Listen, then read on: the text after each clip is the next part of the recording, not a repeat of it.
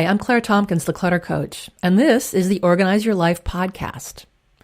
I am passionate about organizing because it makes my clients' lives so much easier, makes them more relaxed, and gives them more time to spend the way they want to. In every podcast, I will talk about an organizing, decluttering, productivity, or time management concept, and I'll tell you why it's important.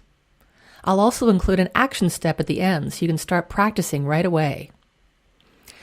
I'm based in Berkeley, California, but I work with clients all over the world.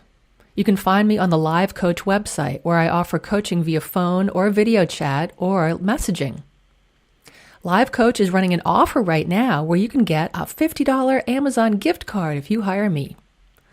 To find me there, visit livecoach.io, click Find a Coach, and then enter my name, Claire Tompkins, in the search box. I'd love to chat with you there. If you have questions or would like me to talk about a particular topic, shoot me an email at claire@cluttercoach.net. I'd love to hear from you. Okay, here we go. This is podcast 107, and it's about getting ready to move. I occasionally help people pare down their possessions for a move. In these cases, it's a corporate move and the company pays for the service. What a great idea! The company saves a bit on moving costs for their employee, and the employee gets to do what almost everyone wants to do before a move but doesn't get around to. Go through all their stuff and get rid of things. Has that ever happened to you? People do have the best of intentions. They schedule their move 3 months in advance. They put their house on the market, may even have bought a new house. They've scoped out the school and the shopping in the new neighborhood. It's when they ask for moving company quotations that the enormity of moving starts to sink in.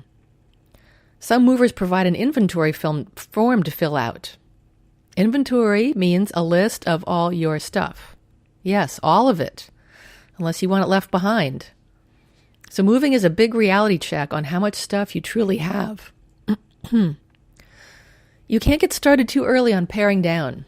It's going to take a while. As my listeners know, I recommend attacking big projects like this over time in small increments, so you don't get overwhelmed and exhausted.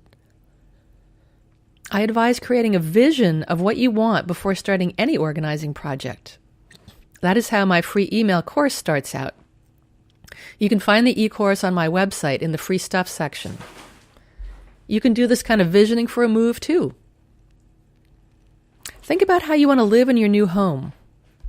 Even if the place is bigger, resist the temptation just to take it all.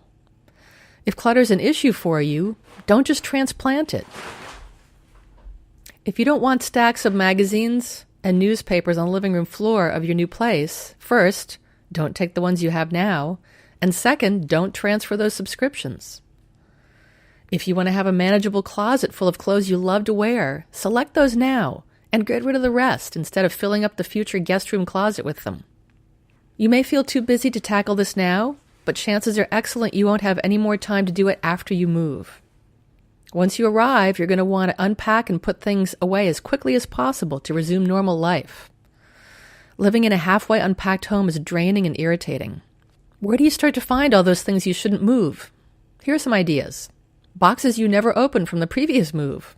Clothes you don't wear. Outdated electronics. Toys your kids don't play with anymore. Anything that's broken and not worth repairing. And anything that will look old or shabby in your new place. I mentioned before starting way in advance. There are categories of things that you can get packed up long before you actually move, if you're doing your own packing. This includes books, off-season clothes, holiday gear, archive files, memorabilia, photos, off-season sports equipment, some craft supplies, and servingware for entertaining. Then there's the category of things you've been keeping around because they might come in handy sometime.